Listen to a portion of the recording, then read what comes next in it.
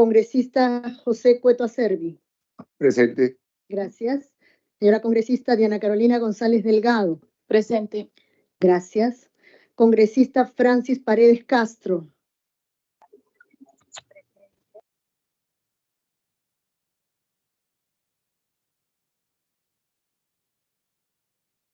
Congresista Francis Paredes Castro.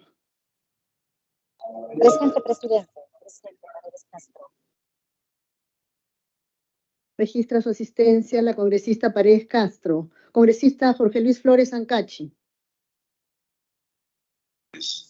Buenos días, presente. Buenos días, congresista. Se registra su asistencia. Congresista Jorge Coalla Juárez. Buenos días, presente. Gracias, señor congresista. Congresista José Geri Oré.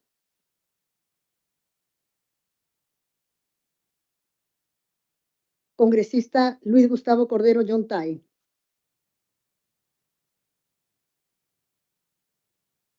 Congresista Luis Gustavo Cordero Yontay. Congresista Carlos Enrique Alba Rojas. Presente. Gracias, señor congresista. Señor presidente, si usted lo autoriza, consta en el chat de la presente sesión considerar su asistencia al congresista Gustavo Cordero Yontay, si usted lo autoriza. Autorizado, señora secretaria. Muchas gracias. Lo mismo la congresista Paredes Castro. Si usted lo autoriza, señor presidente. Autorizado.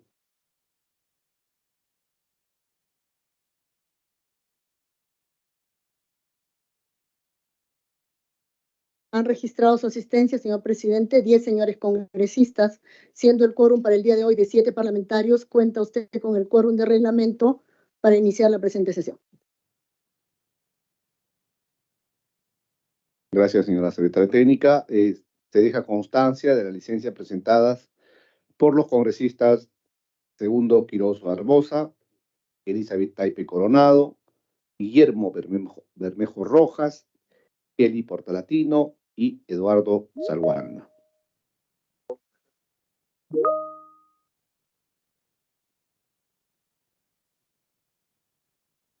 Contando con el quórum de reglamento, se inicia la quinta sesión ordinaria de la Comisión de Energía y Minas, correspondiente al periodo anual de sesiones 2023-2024. Habiéndose cumplido con remitir el acta correspondiente a la cuarta sesión ordinaria de la Comisión de 19 de septiembre del año en curso, se somete al voto, no sin antes consultar si existen observaciones al acta.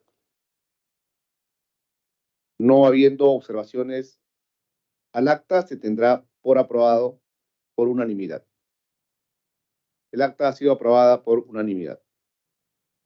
Señores congresistas, la presidencia da cuenta que el despacho ha sido enviado a cada uno de los correos electrónicos. Ello comprende el reporte de documentos recibidos, remitidos y de los proyectos de ley ingresados hasta el 27 de septiembre del 2023. Si algún congresista tuviera interés en algún documento, puede solicitar a través de la Secretaría Técnica. Vamos a pasar a la estación de informes. La presidencia informa que se ha invitado para la próxima sesión ordinaria a los siguientes funcionarios. Ministro de Energía y Minas, señor Óscar Vera Garburevich, al presidente del directorio de Petroperú, Pedro Chira Fernández, y al presidente del directorio de Perú Petro, señora Elizabeth Tafur Marín. Se precisa que en la fecha fijada se abordarán los diferentes temas que son de preocupación de la presentación nacional y de la opinión pública en general.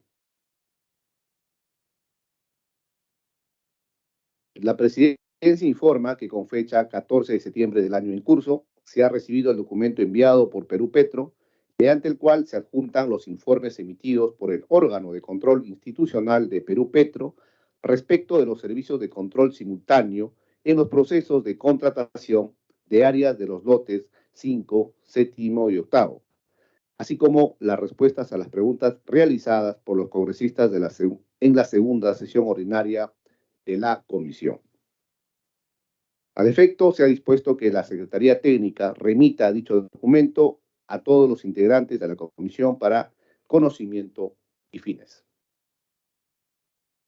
La Presidencia informa que Oficialía Mayor trasladó el acuerdo del Consejo Directivo que acordó tramitar a la Comisión de Energía y Minas el pedido sobre la creación de una comisión especial multipartidaria para realizar el seguimiento de exploración y explotación de litio y uranio y plantear propuestas de industrialización. Nos referimos a la moción de orden del día número 6911, suscrita en forma multipartidaria, que ha sido derivada a la comisión. La Presidencia informa que con fecha 22 de septiembre del año en curso se ha recibido el documento remitido por Petroperú, mediante el cual se da respuesta al requerimiento de información sobre la explotación de los lotes 1, 7 y Z69. Al efecto, se ha dispuesto que la Secretaría Técnica remita dicho documento a todos los integrantes de la comisión para conocimiento y fines. Colegas congresistas, la Presidencia informa que la primera sesión descentralizada de la comisión se llevará a cabo el martes 17 de octubre del año en curso en la ciudad de Huaraz, departamento de Ancash. Al efecto, el equipo técnico de la comisión se pondrá en contacto con los asesores de los despachos para afinar los detalles del traslado y de las actividades que se llevarán a cabo en la mencionada localidad. La coordinación en sede estará a cargo de la señora congresista Kelly Portalatín. Señores congresistas, si no hubiera observaciones sobre el particular, se dará por aprobada la sesión descentralizada en la fecha en la que sesionamos en forma ordinaria. La Presidencia consulta a los señores congresistas si tuvieran algún informe que realizar, lo pueden formular en estos momentos. Sí, presidente, Paredes Castro. ¿Tu nombre, congresista? Paredes Castro Francis, presidente. Congresista Paredes, tiene usted uso la palabra.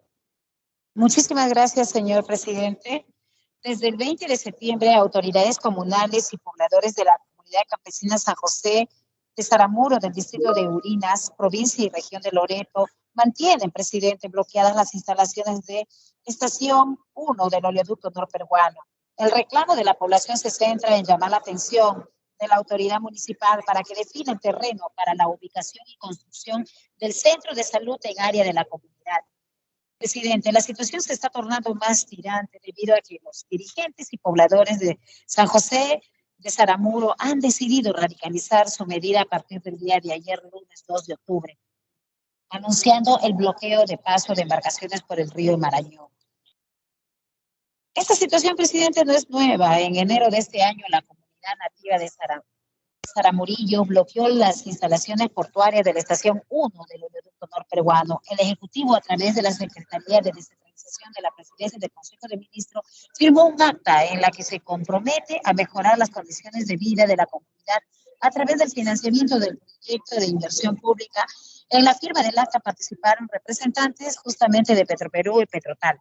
También participaron, presidente, representantes del gobierno regional de Loreto, Municipalidad Distrital de Urarinas, así como los ministros de Energía y Minas y de Cultura. Presidente, es una constante en la población este tipo de medidas de fuerza que perjudica a Petroperú, pero ante la indiferencia del gobierno nacional no le queda a la población otro camino. Desde la Comisión de Energía y Minas debemos hacer el seguimiento a esta situación, llamando la atención a las autoridades que se comprometen, firmando actas que luego de algunos meses lo acordado no se cumple, llevando a la población a sentirse burlada por el Estado, incrementando el conflicto social. Yo creo que estos temas son importantes, resaltarlo, presidente, porque justamente somos nosotros quienes debemos de garantizar no solamente la tranquilidad, sino que no afecte realmente lo que tiene que ser el desarrollo de Petroperú y lamentablemente este tipo de acciones de las autoridades por firmar lamentablemente actas que las finales lo desconocen nos lleva a una situación bastante difícil. Agradezco mucho, presidente, por escucharme y tomar en consideración este informe. Gracias, congresista Paredes. Se tomará en cuenta su denuncia y en su momento tramitarla de acuerdo al procedimiento parlamentario. ¿Algún otro congresista que desea hacer algún informe?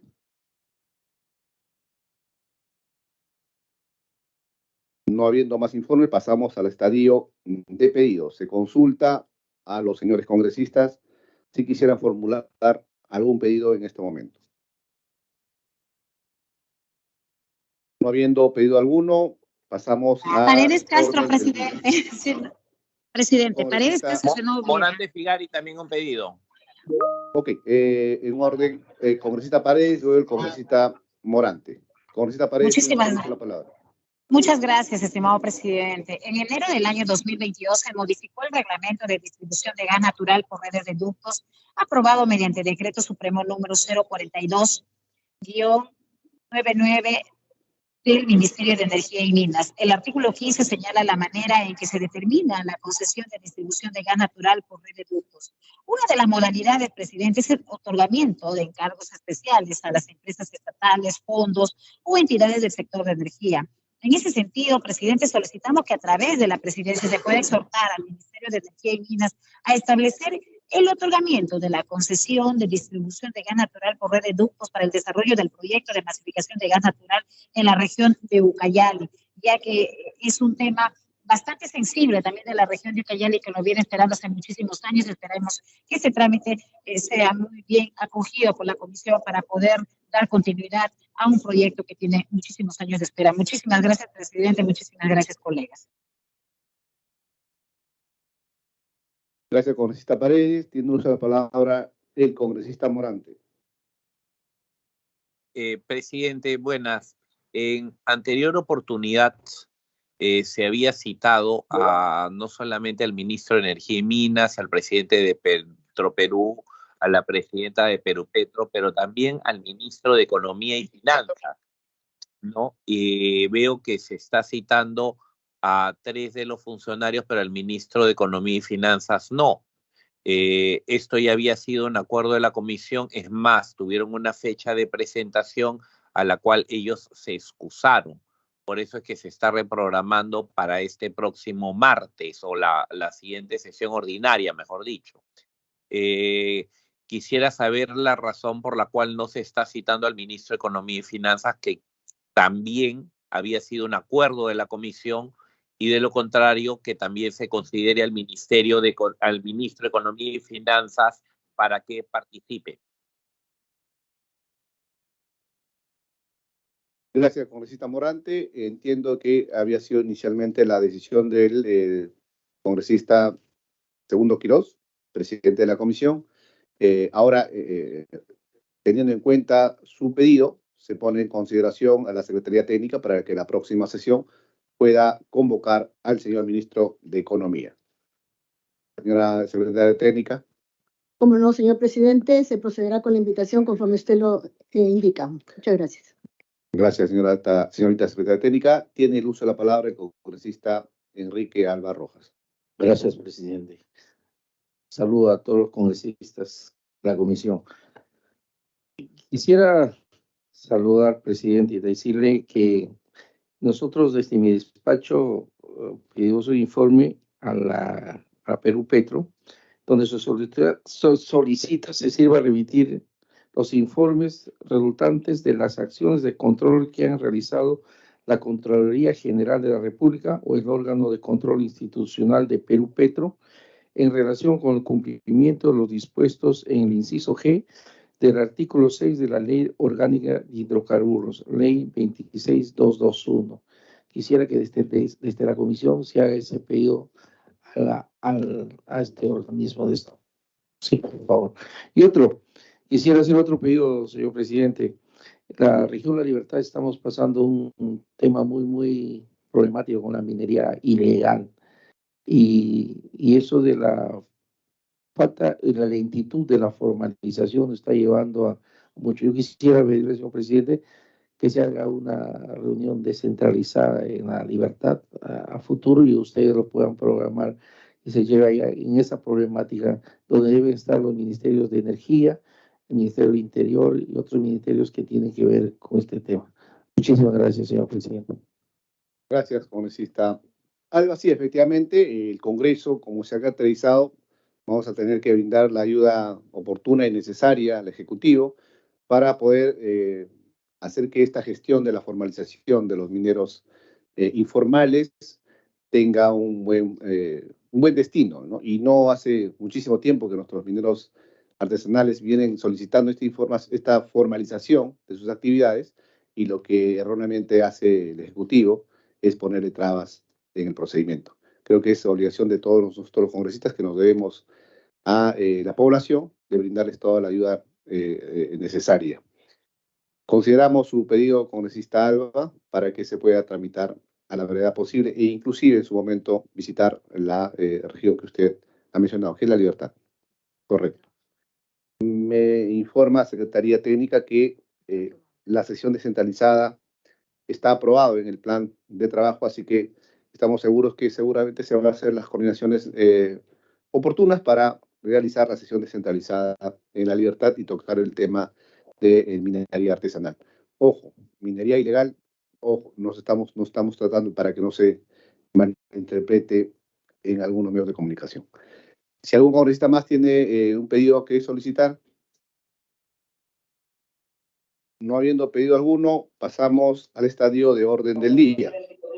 Señores congresistas, les propongo someter a votación la conformación del grupo de trabajo de la comisión y luego correr para la próxima semana los dos dictámenes que se encuentran en la agenda, y así seguir con las exposiciones de los invitados para el día de hoy. Si no hay inconveniente, votaremos el primer tema sobre la conformación del grupo de trabajo y se posterga el debate y aprobación de los dos dictámenes del orden del día para la próxima semana. Señora secretaria técnica, ¿procede usted conforme al trámite? Bueno, señor presidente, se consulta a los miembros de la comisión la conformación del grupo de trabajo, los procesos y desafíos de la formalización de la minería a pequeña escala, MAPE. Se trata de una propuesta alcanzada a pedido del congresista Jorge Luis Flores Ancachi, que propone a los siguientes integrantes. Como coordinador, al congresista Jorge Luis Flores Ancachi, e integrantes a la congresista María Elizabeth Taipe Coronado y al congresista Jorge Samuel Coalla Juárez. Con esa precisión, señor presidente, se consulta el sentido del voto. Congresista Héctor Ventura Ángel. A favor. Gracias. Congresista Nilsa Chacón Trujillo. A favor. Nilsa Chacón, Gracias. a favor. Congresista Nilsa Chacón, a favor. Gracias. Congresista Jorge Morante Figari. Morante Figari, a favor. Gracias, congresista. Congresista Rocío Torres Salinas.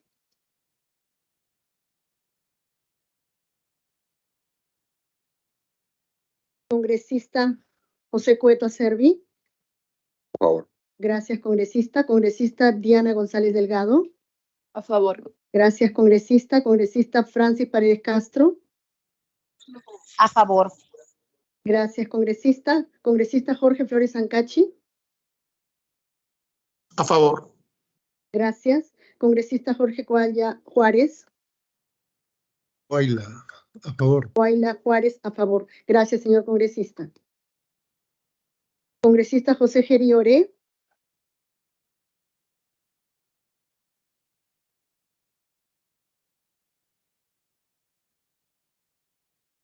Presidente, se consulta sobre autorización del sentido del voto. Congresista Cordero Yontay, considerar mi voto a favor. Si usted lo autoriza. Autorizado. Gracias, señor congresista. Congresista Carlos Enrique Alba Rojas. A favor. Muchas gracias, señor congresista.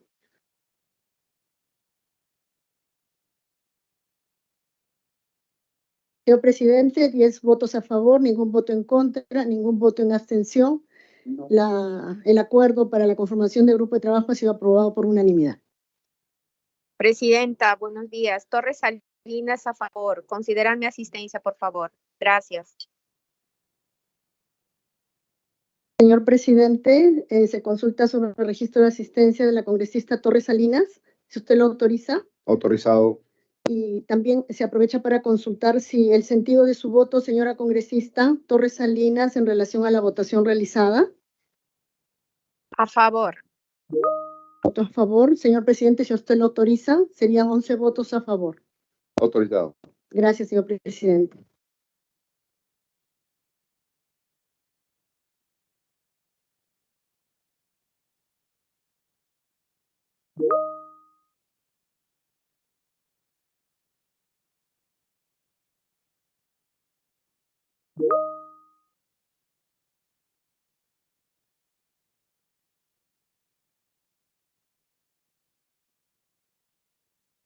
Señores congresistas, pido autorización para la aprobación del acta de la presente sesión con la dispensa de su lectura, por la finalidad de poder ejecutar los acuerdos adoptados en la presente sesión. Si no hubiera observaciones, el acta de la presente sesión se tendrá por aprobada con dispensa de su lectura. Ha sido aprobada por unanimidad. Colegas congresistas, la presidencia invita a los señores antes mencionados para llevar a cabo la presente sesión. Se suspende brevemente la sesión para que puedan ingresar los funcionarios invitados.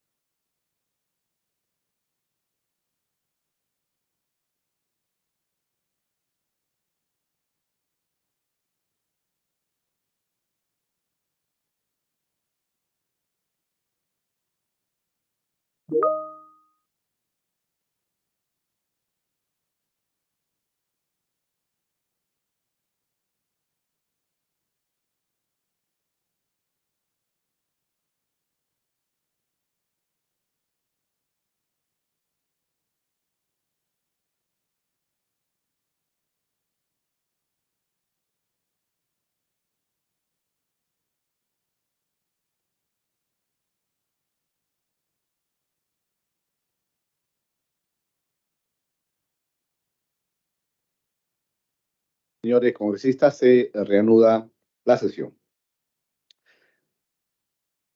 La presidencia da la más cordial bienvenida al ingeniero César Butrón Fernández, presidente del directorio del Comité de Operación Económica del Sistema Interconectado Nacional, COES, quien ha sido invitado a esta comisión debido a la preocupación que existe respecto a la caída de la producción eléctrica por tipo de fuente, en particular la hidroeléctrica, situación que podría agravarse con el fenómeno del Niño.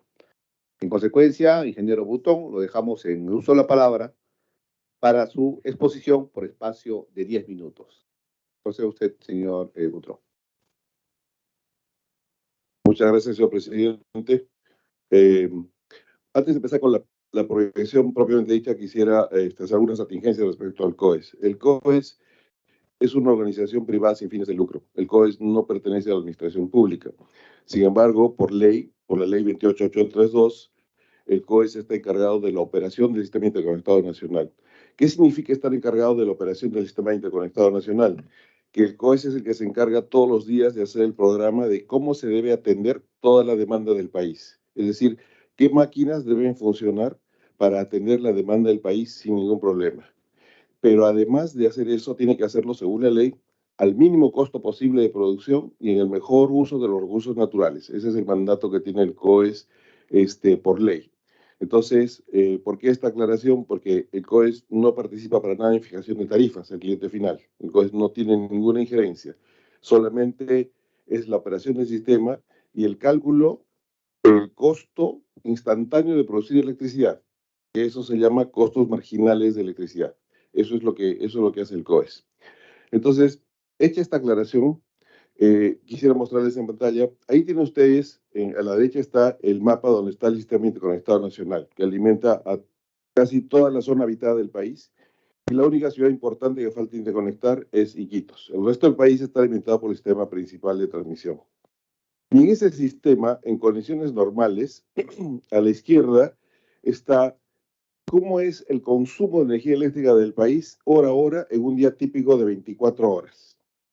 Y eso se grafica abajo las horas, arriba la potencia máxima que se está usando en ese momento, y lo que está graficado es las fuentes de energía que se utiliza normalmente para producir electricidad en el Perú. Y ahí pueden ver ustedes que en condiciones normales la matriz energética del Perú es notablemente limpia. Abajo, en verde, están las energías renovables, sol, viento, biomasa, etc. Siguen las hidroeléctricas, porque es el siguiente menor costo de producción. Y arriba está el gas natural. Esos son los insumos para producir electricidad en condiciones normales. Pero ¿qué es lo que ha pasado? Miren ustedes, acá hay un gráfico demostrativo de cómo está el nivel de agua en las lagunas útiles de Electroperú. Electroperú, como ustedes saben, es el propietario de la central del complejo hidroeléctrico Mantaro, que es el mayor del país, el mayor centro hidroeléctrico del país. Y miren cómo están, el gráfico muestra el volumen útil de sus lagunas y del lago Junín en diferentes años, del 2019 a 2023. El 2023 es el morado. Pueden ver ustedes que esas lagunas están con menos agua de lo que normalmente solían tener. Y la causa de eso es la sequía que está experimentando el país. No hemos tenido lluvias suficientes y adecuadas en las zonas donde debe llover para almacenar energía y no hay suficiente agua en el sistema para producir electricidad como era antes. Hay menos agua. No es que sea paralizado, está produciéndose, pero menor cantidad. Y eso lo podemos ver en la siguiente lámina. Además de eso, además de que hay falta de agua porque no ha habido lluvias suficientes, tenemos dos centrales hidroeléctricas que están fuera de servicio. Una de ellas, que es la central hidroeléctrica de Quitaraxa, en Ancash, que cuando hubo el ciclón Yaku, hubo un derrumbe que simplemente inundó la central y está en reparación y va a terminar a fin de año. Y la otra es la central hidroeléctrica de Chaclla, que son 476 megavatios y que ha tenido una falla técnica que la están reparando y la terminan de reparar para la mitad de mes. Entonces, si sumamos a que falta agua en general en todo el sistema y además dos centrales hidroeléctricas fuera de servicio, el resultado es, ese mismo diagrama de consumo que vimos hace un momento, pero es el que está ocurriendo hoy mismo, en este momento. Pueden ver ustedes cómo la franja azul, que era la producción hidroeléctrica, ahora es una franja mucho menor de lo que era en condiciones normales. El gas natural, que es el amarillo, se está usando al máximo de lo que se dispone, y como no alcanza entre renovables, agua y gas natural para atender la demanda del país, y el objeto nuestro es mantener la continuidad de servicio, toda esa franja roja son centrales que queman petróleo diésel y que son necesarias arrancar para atender la demanda. Entonces, en estos momentos estamos quemando petróleo diésel casi las 24 horas del día para poder atender la demanda. ¿Qué significa eso en términos de costos de generación? Ojo que no estoy diciendo precios al cliente final, sino costos de generación. Eso quiere decir que los costos de generación han subido de lo que eran aproximadamente $30 el megavatio hora a $200 el megavatio hora. Pasemos, por favor. Y ahí tienen ustedes un gráfico que contempla las dos variables más importantes. Las columnas en naranja son los costos marginales del sistema, lo que les adelanté, que era el costo instantáneo de producir electricidad. Y la línea azul es el costo regulado, el precio regulado, que también es el que fija para los clientes domésticos. Miren ustedes cómo los costos marginales del sistema han venido fluctuando, porque cuando hay más agua, bajan los costos, cuando hay menos agua, suben los costos. Y hemos pasado por una temporada de sobreoferta desde el 2015 hasta el año pasado, donde los costos marginales eran bajísimos.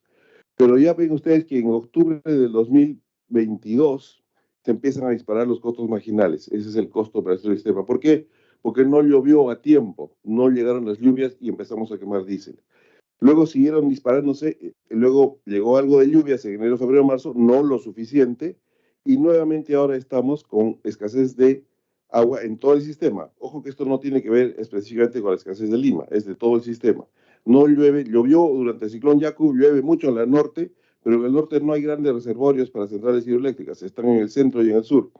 Y entonces los costos marginales, fíjense cómo se disparan al final del gráfico ya en julio, agosto de 2023 de este año, están por arriba de los $160 el megavatio hora.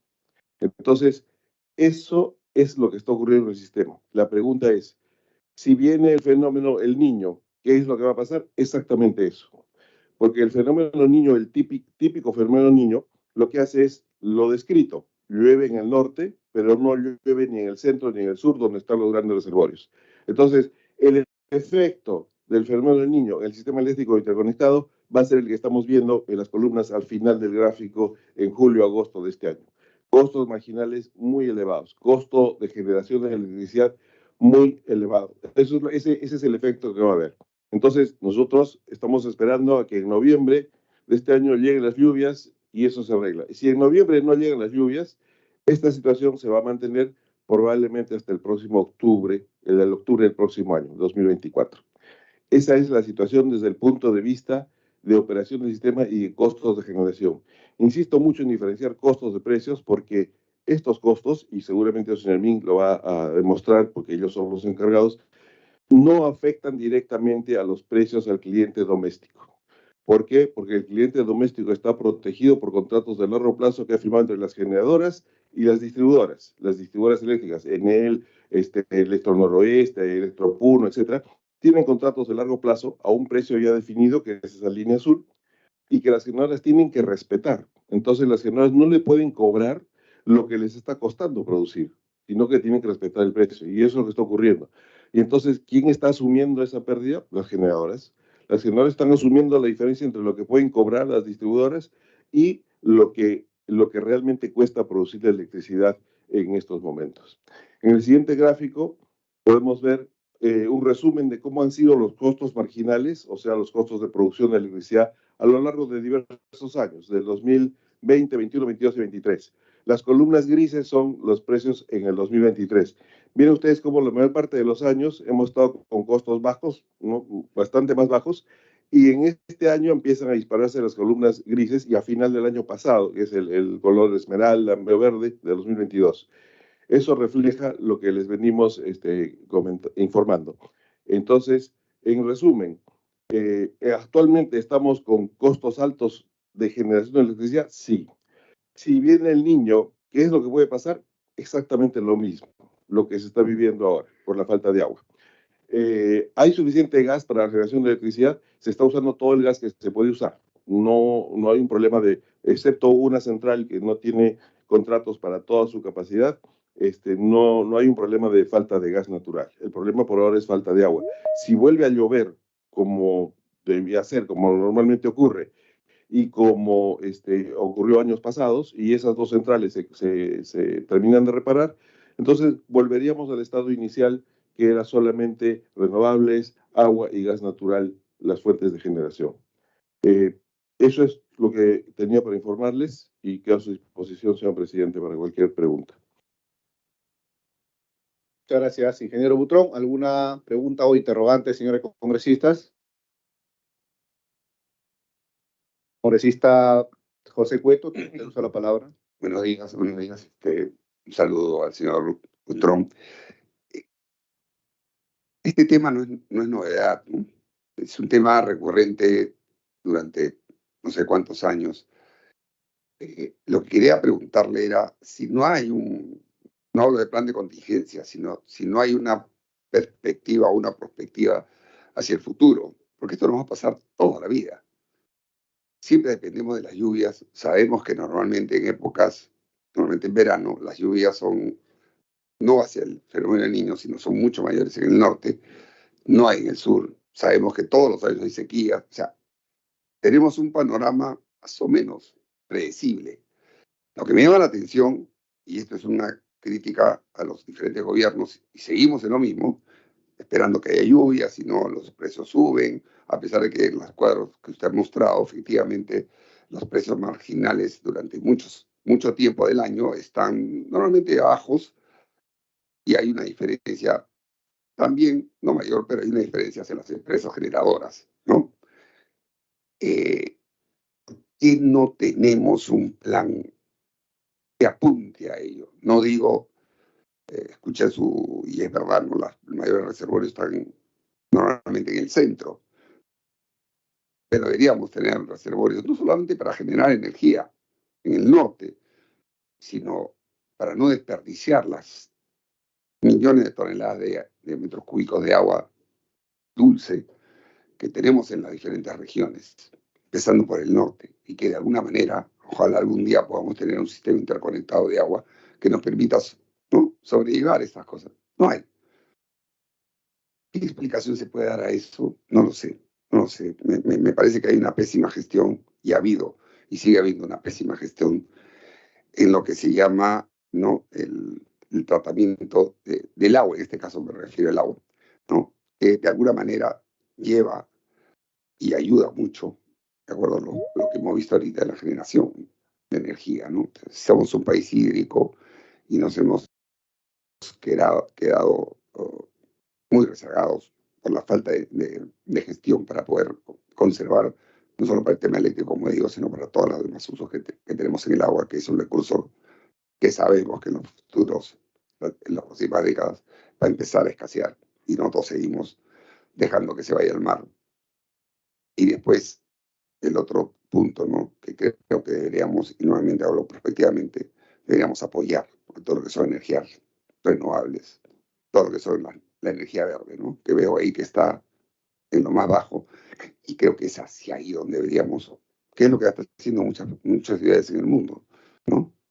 Tenemos harta energía solar, tanta que la radiación es dañina para todo, en casi todas las ciudades. Y la otra energía, la eólica, ¿no? Deberíamos apuntar a eso. Esa es un poco una inquietud. Muchas gracias, señor presidente. Gracias, congresista Cueto.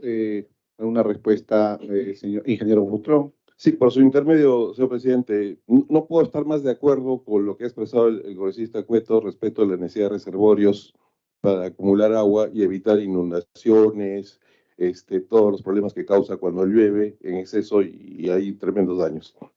Sin embargo, la respuesta les va a sorprender. A ver, primero que todo, de acuerdo a nuestra Constitución, la generación de electricidad es un negocio privado de libre riesgo. El Estado no tiene un rol planificador en el tema de generación, como sí lo tiene en el tema de transmisión. La transmisión la planifica el COES y el Ministerio de Energía y Minas la aprueba y luego se licita.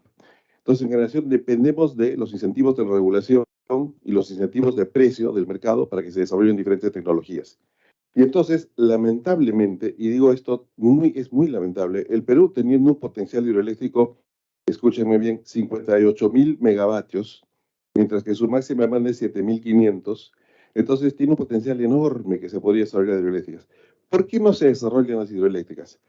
Por diferentes razones. Primero que todo, las hidroeléctricas requieren inversiones altas, inversiones muy grandes, y requieren construir lo que acabamos de hablar, represas que acumulan agua, grandes represas. La oposición ambiental, política, local, social a la construcción de represas es terrible. No dejan construir represas. Entonces, es una realidad en que ese recurso que tenemos, que podría ser que es renovable, limpio, ¿no es cierto?, eterno, y una central hidroeléctrica bien mantenida dura 100 años sin ningún problema, no se puede hacer. Acuérdense, ¿cuánto tiempo está detenido Majes 2? Porque hubo oposición al uso del agua, ¿no es cierto? Entonces, eso por un lado. Entonces, pero esa oposición se puede compensar con más obras en la zona, responsabilidades sociales. Eso lo que hace es incrementar el costo de la central, el costo de inversión. Entonces, una central hidroeléctrica en estos momentos, para que sea rentable, porque hemos hablado que tiene que ser un negocio rentable, un negocio privado, tiene que vender su energía aproximadamente entre 50 y 60 dólares el megavatio hora para ser rentable y recuperar su inversión, que además demora construir 10 años una central hidroeléctrica desde que se empieza hasta que no. Pero ahora las energías renovables, que también mencionó el congresista, ya cuestan menos. La eólica y la solar cuestan menos. Y cuando hubo el gas natural en el Perú, costaba mucho menos también. Entonces, la pura lógica de mercado hizo que las hidroeléctricas se dejaran de construir porque tomaba mucho tiempo construir, tenía demasiada oposición y tenía que cobrar más caro que el gas para ser rentable. Entonces, por eso es que el Perú, si ustedes se fijan, desde que llegó el gas de camisea, los grandes incrementos de capacidad instalada de generación en el país se han dado a base de gas de camisea. Y las renovables en ese tiempo eran demasiado caras, muy caras. Ahora las renovables han bajado y las condiciones de mercado hacen que ya no sea factible, ya no sea competitivo penosamente invertir en hidroeléctricas. Gas natural, hay dudas sobre si habrá más gas o no, nadie invierte en gas natural, aparte que es contaminante, y lo único que queda es invertir en renovables, que son eólicas y solares, y es lo que está ocurriendo.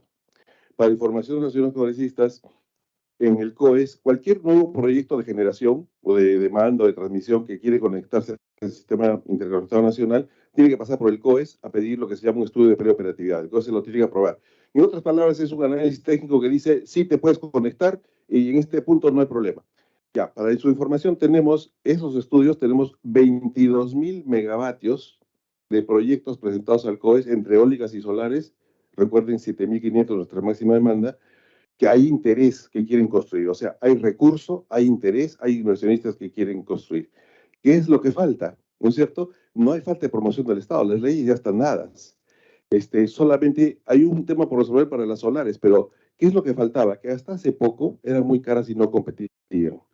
Y por eso es que tuvieron subsidio. Deben haber escuchado de la famosa prima RER. La prima RER era que el Estado hacía subastas al precio que pusieran, que era más alto que el promedio, y había que comenzar con un subsidio que es la prima RER. En cierto momento el Estado dijo, ya el Ejecutivo dijo, ya las renovables son suficientemente competitivas y ya que compitan solas, ya no hay que darle subsidio, y así están ahora. Y así han empezado a desarrollarse. Deben haber escuchado ustedes y probablemente habrán asistido a alguien a la inauguración del proyecto Punta Lomitas, en el sur, en Marcona. Ese proyecto se ha financiado totalmente con un contrato entre la generadora y una minera. Entonces, eso está empezando a ocurrir. Y lo que pasa es que venimos de un tiempo, como les mostré en el gráfico, de sobreoferta. Había un tiempo que desde el 2015 teníamos precios bajísimos. Nadie invertía en esos precios bajísimos. Y entonces, ¿qué hacían? El precio para todos los clientes industriales, los clientes mineros, bajó muchísimo. Entonces, esos clientes están acostumbrados a firmar contratos a precios muy bajos. Y ahora que se necesita que firmen a precios más altos, todavía están terminando sus contratos y recién van a empezar a firmar nuevos contratos que tienen que ser más altos para pagar esas inversiones, pero que no están acostumbrados. Entonces, estamos en una coyuntura en la cual, después de haber tenido sobreoferta, vamos a presentar cierta escasez, pero los contratos tienen un retraso como tienen algunos años, no acaban inmediatamente y todavía no firman contratos. Y mucha gente, ¿cómo se puede financiar un proyecto de generación de electricidad en el Perú? Se consigue un cliente que le firme un contrato que le va a comprar energía por los siguientes 10 años. Ese contrato lo lleva al banco y lo financia. Lo que no están consiguiendo es ese contrato por ahora. ¿Por qué? Porque venimos de un tiempo de sobreoferta y los clientes mineros están acostumbrados, industriales, agroindustriales, etcétera, están acostumbrados a precios bajos y no se animan a firmar contratos a largo plazo a precios un poco más altos. Porque dicen, ¿qué pasa si el precio baja de nuevo, como ya bajó? Entonces, una industria responsable dice, no, mejor firmo por solo 3 o 4 años porque no sé cómo viene el precio después. Y esos 3 o 4 años no le sirve al inversionista para llevarlo al banco. Y esa es la razón por la cual, habiendo recursos, habiendo interés, habiendo 22.000 megavatios de proyectos, todavía no se están concretando, están empezando a concretarse. Entonces, lamentablemente, y repito con mucha pena, porque las centrales hidroeléctricas tienen unas externalidades positivas inmensas, superiores al daño que pueden causar con reservorio, ya parece ser que no es rentable, no es factible construir hidroeléctricas en el Perú. Correcto. Sí, congresista Cueto. Sí. Ahí yo les pediría, entonces, que son parte ustedes del problema, es justamente presionar al Estado. Porque efectivamente, las empresas privadas, si no ven un negocio en los próximos 10 años, o 15 o 20 años, y si hay estos resquemores para hacerlo, acá sí el Estado tiene que entrar. Porque el beneficio no es de las empresas, el beneficio de tener energía, cualquiera sea su producción, que en este caso la energía renovable, la generadora de energía para todas las poblaciones, muchas de las cuales no tienen este servicio, es el Estado el que tiene que entrar. ¿Quién más para invertir? En lugar de estar gastando en tonterías, asesorías y porquerías, el Estado debería meter la plata justamente en este tipo de problemas. Si cuesta tanto o hay algún tipo de duda entre los que quiere generar, bueno, yo les doy las garantías para ello. Tiene que darse. Entonces ahí yo creo que ustedes, como ente técnico, deberían aportar este tipo de soluciones. No se van a ustedes a meter en el problema, pero sí pueden darle al Estado las recomendaciones de que si hay recursos, hay los que quieren intervenir, lo que falta es la certeza para que el banco les dé la plata. Bueno, entonces yo entro, por último, entro con el Banco de la Nación, pues es mi banco y yo le doy la certeza. O sea, ese tipo de cosas necesitamos en el país para generar algún tipo de desarrollo, porque si no vamos a pasar nosotros 10 años, 20 años tratando de convencer por un lado a un privado y encima si le sumas a eso el tema político que nunca hay certeza y el jurídico más. Entonces, nadie quiere invertir en el país. Es el Estado el que tiene que meter, el gobierno de turno en este caso, pensando en los próximos 10, 15 o 20 años. ¿No? Esa es una recomendación. Correcto. Congresista Morante, luego el congresista Alba. Sí, señor presidente, ¿me copia? ¿Se me escucha? Sí, congresista, adelante, congresista Morante. Congresista El Morante, lo presidente del escuchamos. COER. Sí, me escucha. Frente a lo que señala el presidente del COER, efectivamente la construcción de hidroeléctricas ha bajado muchísimo por si no se ha detenido. Pero, por ejemplo, nos habla del tema del Mantaro, que ha perdido una gran cantidad de capacidad de producción, porque casi todas las hidroeléctricas están en el centro o en el sur. Pero, por ejemplo, hace muchísimos años existe un proyecto que no se ha desarrollado ciertamente, que es el de la hidroeléctrica del Pongo de Manseriche, que en términos reales es, creo que entre 5 a 7 veces la producción del Mantaro, y esa hidroeléctrica nunca se generó, y eso sí queda en el norte, y digamos mayores problemas de abastecimiento de agua no tendría. ¿Qué nos podría comentar frente a esto? Ciertamente las renovables son las que van a ser el futuro, eso es verdad, pero también es cierto que, digamos, la energía hidroeléctrica tarde o temprano siempre es súper confiable en la medida de que tiene una gran capacidad de generación. Gracias. Gracias, congresista Morante. Para que responda el ingeniero Butrón, le ruego que sea bastante conciso, por favor, en la respuesta. Muchas gracias. Sí, por su intermedio, señor presidente, efectivamente existe esa central y varias otras centrales en esa cuenca que sumaban casi 7.000 megavatios. Lamentablemente, por las razones que he explicado hace poco, inmediatamente antes, nadie invierte en esas centrales porque cuesta demasiado, toma demasiado tiempo y un inversionista cualquiera, si tiene que elegir e invertir $2.500 por kilovatio instalado en una hidroeléctrica e invertir 1.000 en una solar, que la construye en 2 años y la otra la construye en 10, evidentemente se va por la solar. Lamentablemente es la situación de mercado. Gracias, ingeniero. Congresista Alba. Gracias, señor presidente. Hace 2 años más o menos en Tumbes, una reunión del COES con los viceministros de Energía, Ecuador, Colombia y Perú, y gerentes de distribución, si no me equivoco. Ahí se hablaba de que hubiera unos problemas cuando Perú no hubiera electricidad, compraría a Colombia, compraría a Ecuador y viceversa. ¿Cómo va ese proyecto, señor presidente de directorio? Gracias, congresista. Para que responda el ingeniero Butrón. Sí, señor presidente, por su intermedio. Efectivamente, el proyecto de integración con Ecuador, que nos permitiría además hacer intercambios con Colombia, es un proyecto que es el más beneficioso para el país, porque hay complementariedad hídrica. Cuando llueve en Ecuador, es aquí en el Perú y viceversa. Ese proyecto ya está lanzado. Por inversión ya adjudicó el tramo peruano, que es entre la subestación de Piura hasta la frontera. Ya está listo, ya tiene un concesionario que tiene el contrato con el Estado peruano para construir eso en un plazo determinado. Tiene, creo que 48 meses de plazo para hacerlo. Entonces, desde el lado peruano está listo y ese proyecto nos permitiría importar 700 megavatios en épocas de sequía en el Perú. Lo que falta es el lado ecuatoriano, que como ustedes conocen, en Ecuador se hace como obra pública, no como concesión. Entonces, Ecuador tiene que conseguir financiamiento del Banco Interamericano de Desarrollo y del Banco Europeo de Inversiones. Esos dos financiamientos están asegurados y les falta terminar sus procesos internos para licitar su parte. En ese sentido, conociendo lo que demoran estos proyectos, yo creo que la interconexión la podemos tener no antes de 5 años, conociendo los retrasos que suele presentarse. Correcto. Agradecemos su participación, ingeniero Butrón. Puede usted abandonar la sala cuando usted crea conveniente. Muy amable.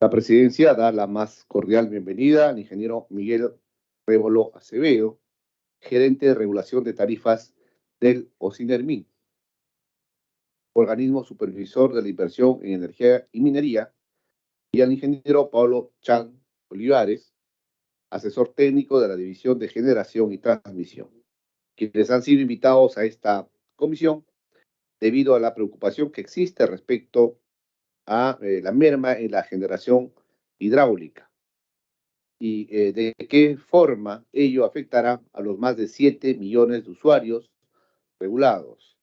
En tal sentido, ingeniero Miguel Révolo, lo invitamos a usted y a su equipo técnico a exponer los temas que han sido materia de invitación. Tiene usted uso la palabra por 10 minutos. Bueno, muy buenos días. Saludo al presidente de la Comisión de Energía y Minas y también a los señores congresistas. En representación de Ocinermin voy a presentar precisamente el tema que nos han pedido, que es el impacto, ¿no?, de las tarifas eléctricas para el mercado regulado, ¿no? Entiendo que en el anterior bloque mi colega, el ingeniero Butrón, se ha referido a todo lo que es el impacto en los clientes libres, ¿no? Entonces ahora vamos a ver el tema del mercado regulado. La siguiente lámina, por favor. Esto, en resumen, es como realmente, digamos, se compone el sector eléctrico, ¿no? Tenemos la generación, tenemos la transmisión, la distribución eléctrica y los usuarios que están a nivel, digamos, residenciales, comerciales o industriales. Y aquí tenemos fundamentalmente lo que vamos a exponer es la parte del mercado regulado. La siguiente lámina, por favor. Esto un poco refleja cómo ha evolucionado el sector eléctrico peruano desde el año 92 hasta el año 2022. Tenemos las cifras bastante aquí a la vista. Vemos cómo la cantidad de usuarios, pues, de 2 millones ha pasado a 8,7 millones, ¿no? Y el coeficiente de electrificación, que es un tema también muy importante, es que se ha incrementado de 49% a 97%. Otro aspecto importante es un poco la capacidad instalada, ¿no? En el caso de la generación, bueno, nosotros teníamos 2.600 megavatios en 2022, hoy día tenemos 15.511 megavatios. ¿Y cuál es la máxima demanda que hoy tenemos? Estamos hablando, pues, más o menos en el orden de los 7.500 megavatios. ¿Esto qué quiere decir? Que tenemos una capacidad instalada importante, pero allí habría que hacer, digamos, una precisión, ¿no? ¿Cuánta de esta generación se la considera, digamos, eficiente? Es decir, aquella generación que nos da costos, diríamos, económicos para el mercado. La siguiente, por favor. Este es el nivel de inversiones que se ha dado en el sector. Evidentemente, desde los 294 millones de dólares que se tuvo el año 95, hoy por hoy estamos hablando de inversiones de 28.500 millones de dólares. Es decir, que las señales tarifarias, en alguna medida, han promovido este tipo de inversiones. La siguiente, por favor. Y esto de acá es muy importante para explicar un poco el impacto, digamos, en el mercado regulado, ¿no? La verdad que entender un poco cómo funcionan los agentes económicos y los mercados, yo creo que es un aspecto fundamental, reitero, para comprender qué está pasando en el mercado regulado. Como hemos visto y ya se ha señalado también, es que la actividad de generación funciona, digamos, en competencia, ¿no? Y es el COES quien realmente opera todo el parque de generación de manera económica. Y tenemos los distribuidores que, en representación de los usuarios regulados, realizan precisamente los contratos de compra de suministro para este mercado. En este caso, los distribuidores relevantes en el país son 13.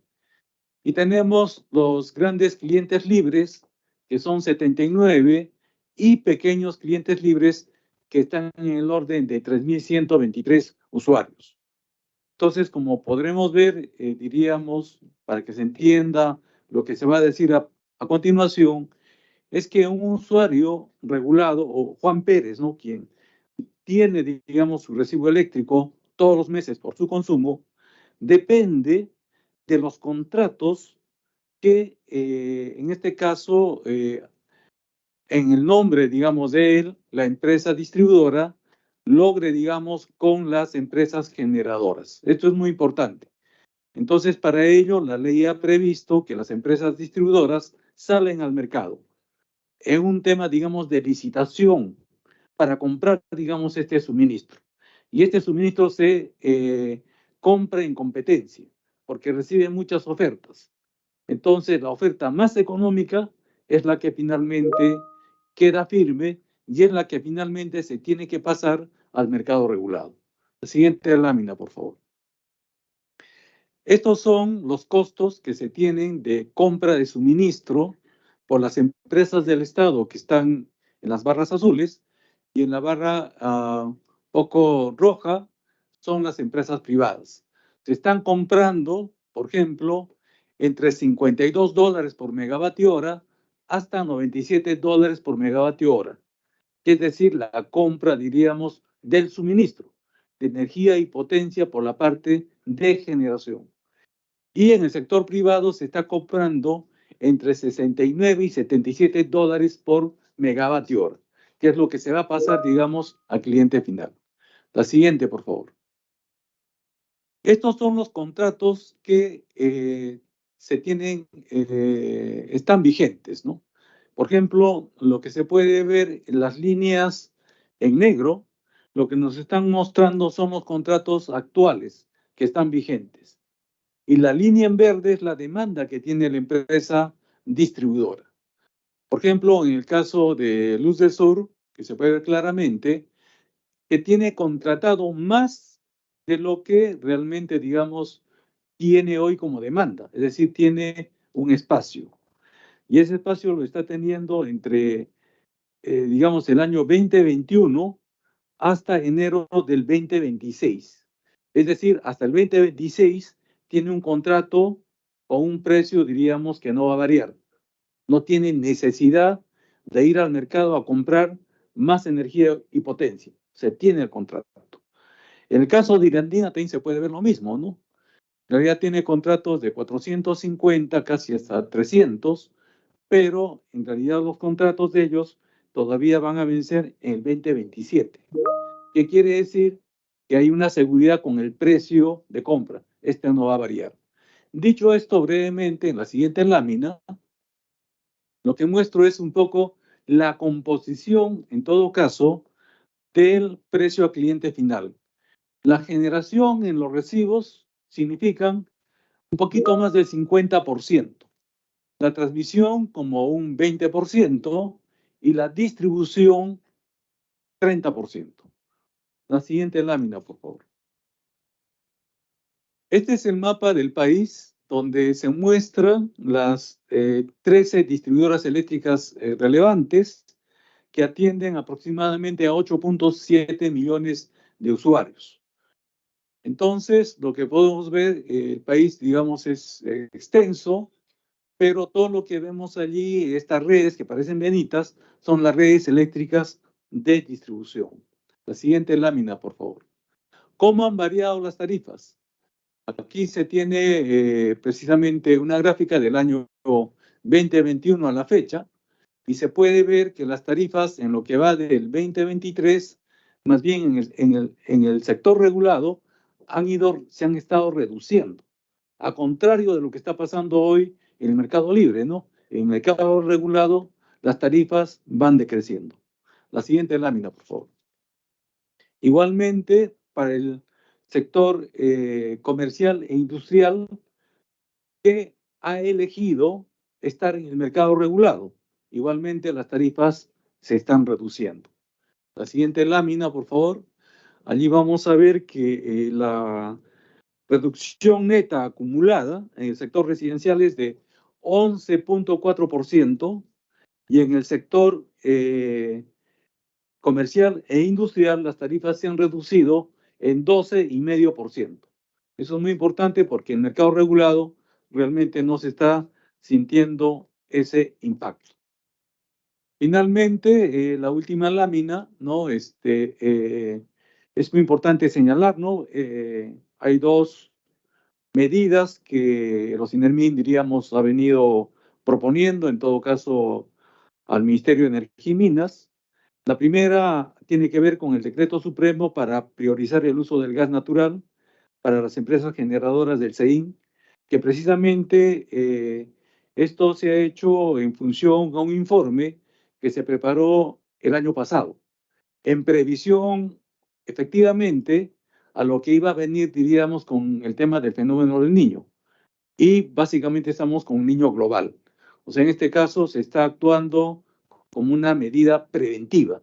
Es decir, se toman estas acciones para evitar que el precio, diríamos, ¿no?, se exacerbe. Mediante un poco, diríamos, en todo caso, la priorización de esta capacidad interrumpible del ducto de gas para las empresas generadoras.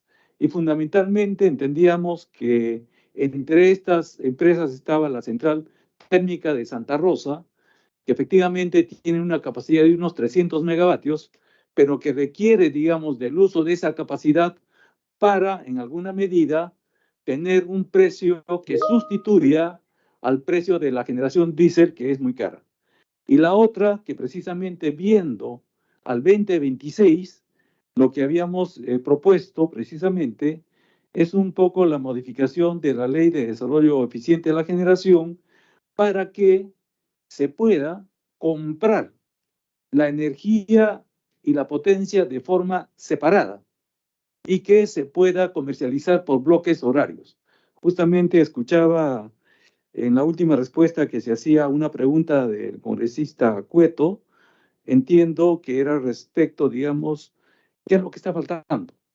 Y decían que faltaba algunos ajustes.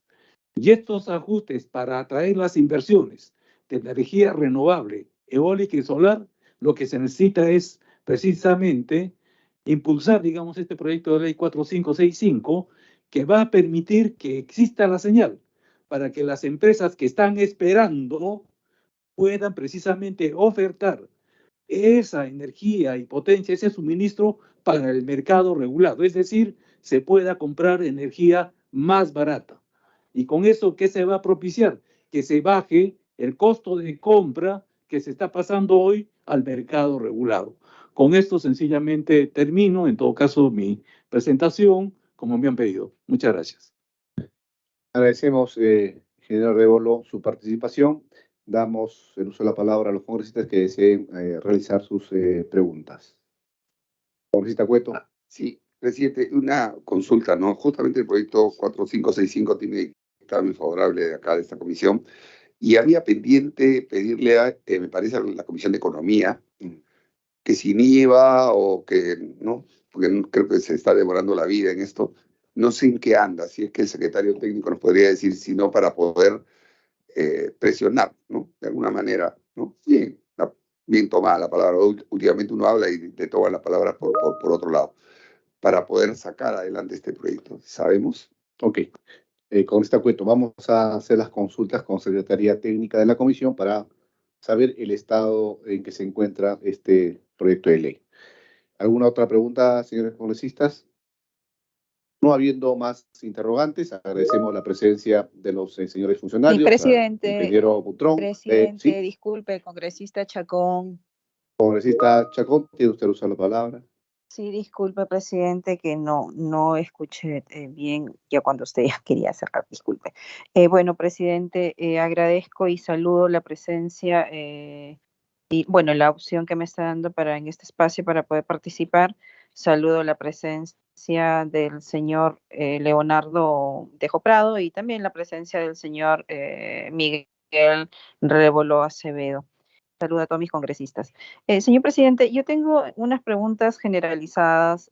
Hoy, mediante el informe, indica que, bueno, el CEIN durante el año 2023 ha tenido a bien proponer un mecanismo que mitigue o disminuye el efecto de condición hidrológica prevista. Si bien es cierto, señor presidente, existe un impacto respecto a los costos marginales superiores a los $100 por kilowatts, teniendo eventualidades técnicas.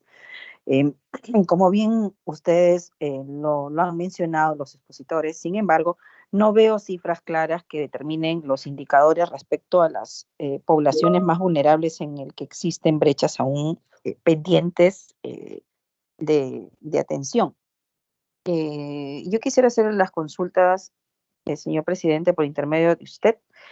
Me gustaría saber eh, respecto a los agentes generadores, transmisores, distribuidores y usuarios libres, ¿cómo es que se da el seguimiento al cumplimiento obligatorio por los agentes? O sea, ¿cuál ha sido el impacto más relevante que los señores pudieran ahora mencionarlo? De ser así, ¿cuál es la coordinación respecto a la operación de corto, mediano y largo plazo del CI?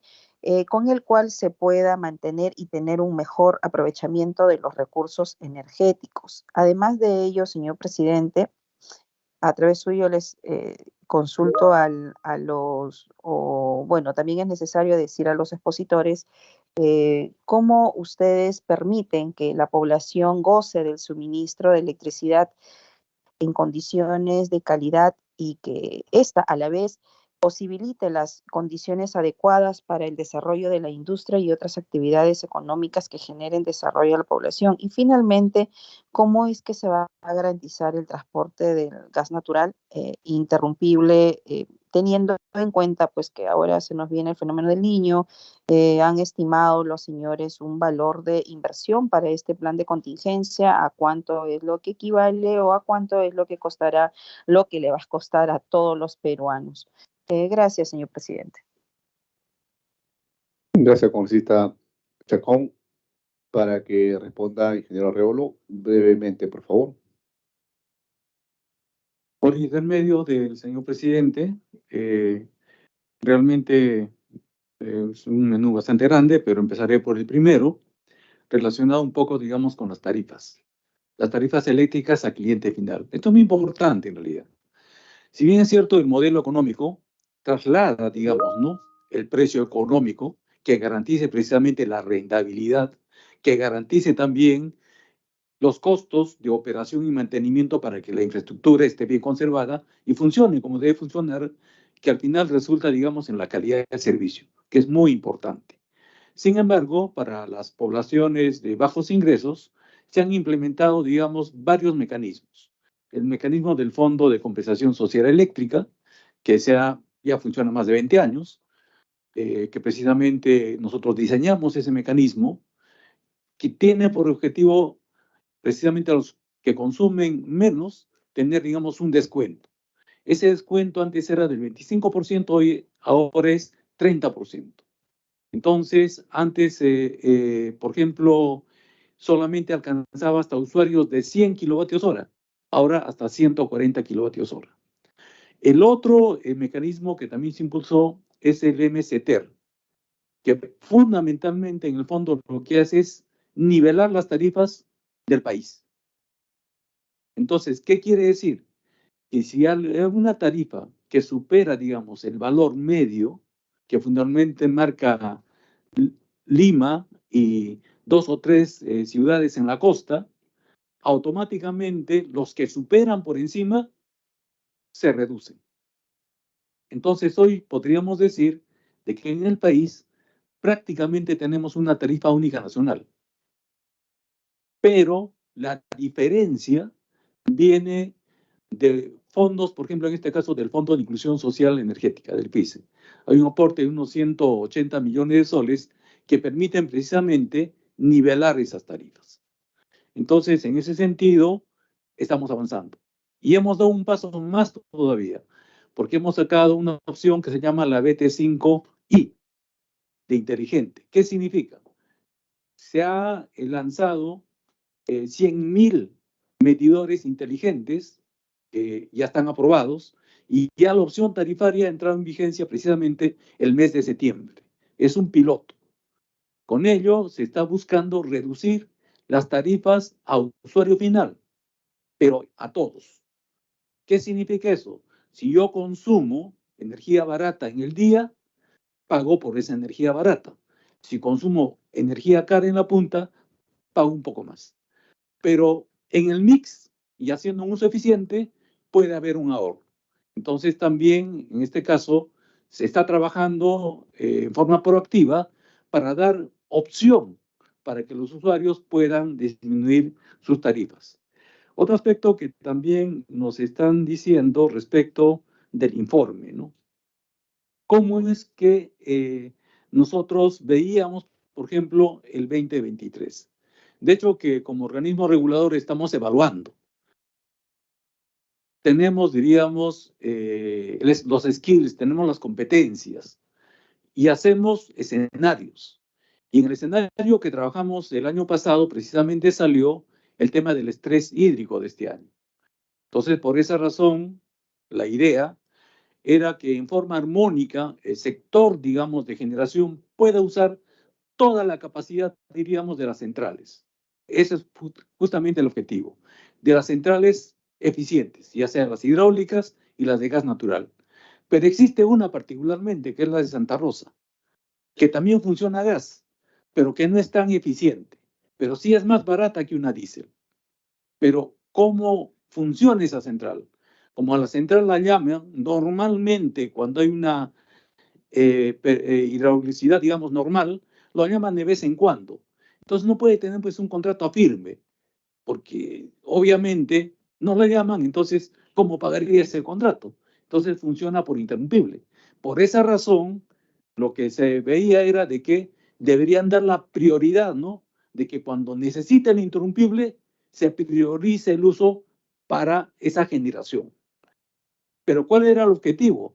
El objetivo que no se exacerbe el precio del costo marginal, sino que todas las unidades de generación de gas económicas disponibles operen. Y la diferencia entre pasar de un precio razonable a un precio, digamos, muy caro, la diferencia está en esos 300 megavatios, 300 o 400 megavatios. Ahí está la diferencia. Eso mueve, digamos, el amperímetro. Sí es importante. Por esa razón, el informe nuestro señala con cifras qué pasa si no hay esa disponibilidad de esa capacidad y qué pasa cuando hay. La diferencia se da claramente. Nosotros en el informe, si más no recuerdo, hablábamos de precios que podían elevarse a más de $200 por megavatio hora, como se está dando, y si se daba, diríamos, el caso del uso de esa capacidad interrumpible, podría estar en valores razonables de 80 a dólares por megavatio hora, inclusive menos. Pero la situación, digamos, es mayor, se ha estresado. Siguiendo con las respuestas. Un poco están hablando del problema del servicio, un poco de la calidad.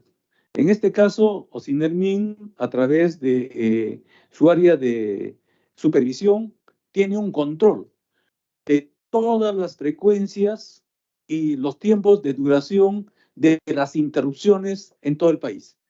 Ha armado un sistema, digamos, informático, donde nosotros llevamos esto y tenemos en las 24 regiones del país fundamentalmente equipo de supervisores que están atentos a eso.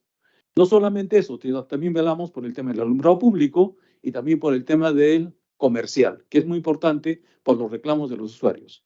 Entonces, en ese sentido, creo haber abordado en general, digamos, las preguntas que hizo la congresista Chacón, señor presidente. Muchas gracias.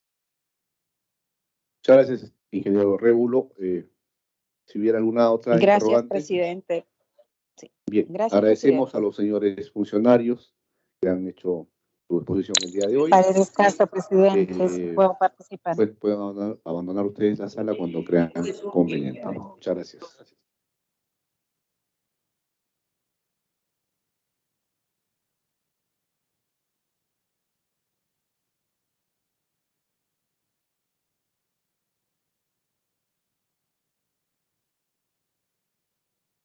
Congresista Paredes Castro. Presidente, quería participar, pero me parece que ya han agradecido a los invitados. Sí, ya se retiraron los funcionarios. ¿O alguna otra, algún comentario adicional? Sí, presidente, pero ya era para Sí. consultarle. Muchísimas gracias de todas maneras. Ok, muy amable. Bien, siendo las 2:32 de la mañana, se levanta la sesión. Se agradece a todos los congresistas por su participación y preguntas en esta sesión. Muy amable, gracias.